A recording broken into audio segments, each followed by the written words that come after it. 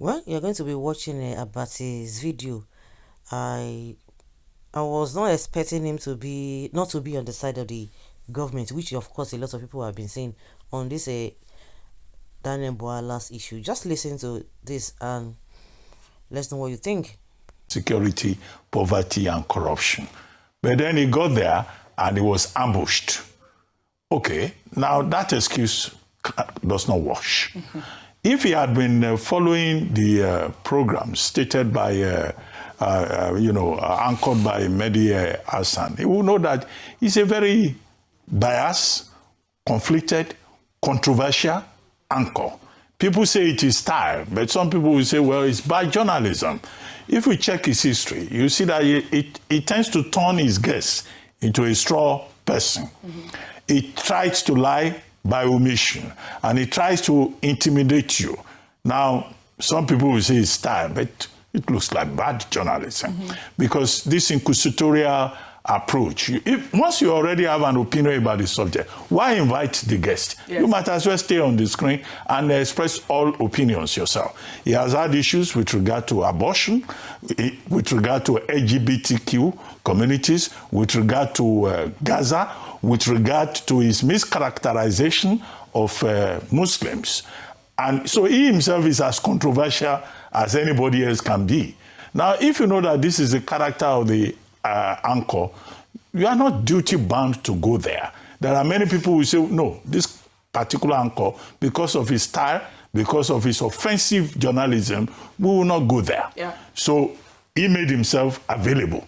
So you cannot go there now and be talking about contest. Half of the time, the anchor didn't even allow him to speak. So if he had done his homework, he would not go to that channel to go and talk.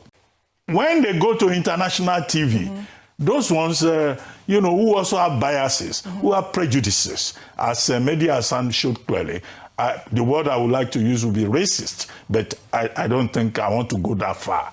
Then they get exposed because they don't have respect for you. But here in Nigeria, we tend to pamper people. Anybody who knows next to nothing, who wants to talk, you put the microphone in their mouth and they suddenly become superstars. Now, wow, Nibolawa Jasibayo, where we can't find ourselves again. Abati calling Mehdi Hassan a racist is a bridge too far. That is nonsensical and unintelligent assessment of the journalists. I don't understand. The guy brought fact, and that is the reason why himself and Rufai, they don't normally agree. Because I always feel that he's trying to balance things. Why do you want to make from his comments there that if it were to be in Nigeria, they always try to pamper those people and all of that. You see politicians coming out to poke their hands in your eyes, and you want to be having mercy. They don't have mercy for the people when they are taking making policies that are detrimental, affecting the people negatively. They don't care. But when you want to interview them, you want to ask them questions instead of you to ask them the direct questions that are in the minds of many Nigerians. You try to pamper them, try to make them not to feel bad, and that is when they come on that place. They will not be saying, "Oh, Abati, caution this boy, caution this the Rufai Husseini, caution him." Somebody is asking questions.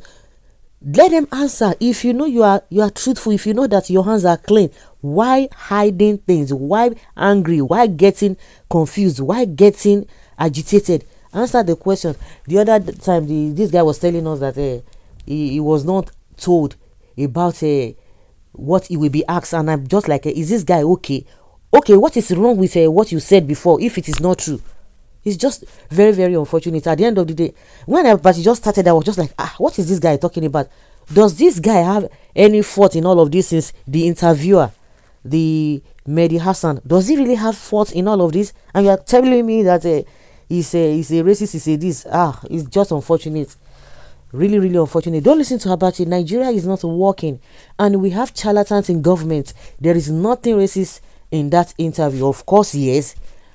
The guy brought fat. We could see these are the things, and based on what this man had said in the past, they are asking you that you should try to balance the whole thing, and you are telling us is a racist, or you were not told, you were not being briefed on what you'll be asked.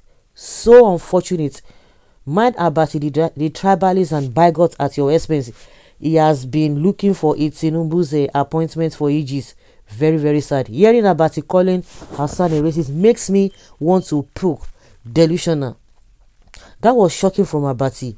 I already knew Abati was going to side with the government. He normally kisses the ass of politicians in Nigeria.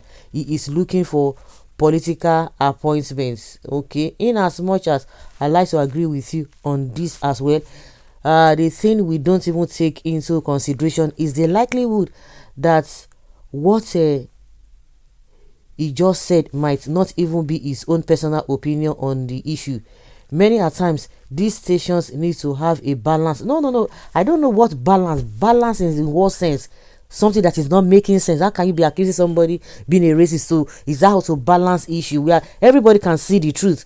What are you balancing? Really, the government that does not even balance a situation for people. You are telling us a cock and bull stories. I beg you. Well, the man is jealous. If you watch again, you will hear him say that I will stop short of calling him a racist, and that is enough discernment. Okay, you seem to be the only one that caught that, which was fair enough on his part. Most comments are just over emotional. As in, racist from where to where? I don't understand though. From where to where? For calling out Nigeria exactly the way it is such a shameless man. So guys, let's know what you think, because some people are trying to even see it from a different perspective. But what is bad is bad. There are no two ways, about it. Leave your comment down there below, guys, and let us have your take.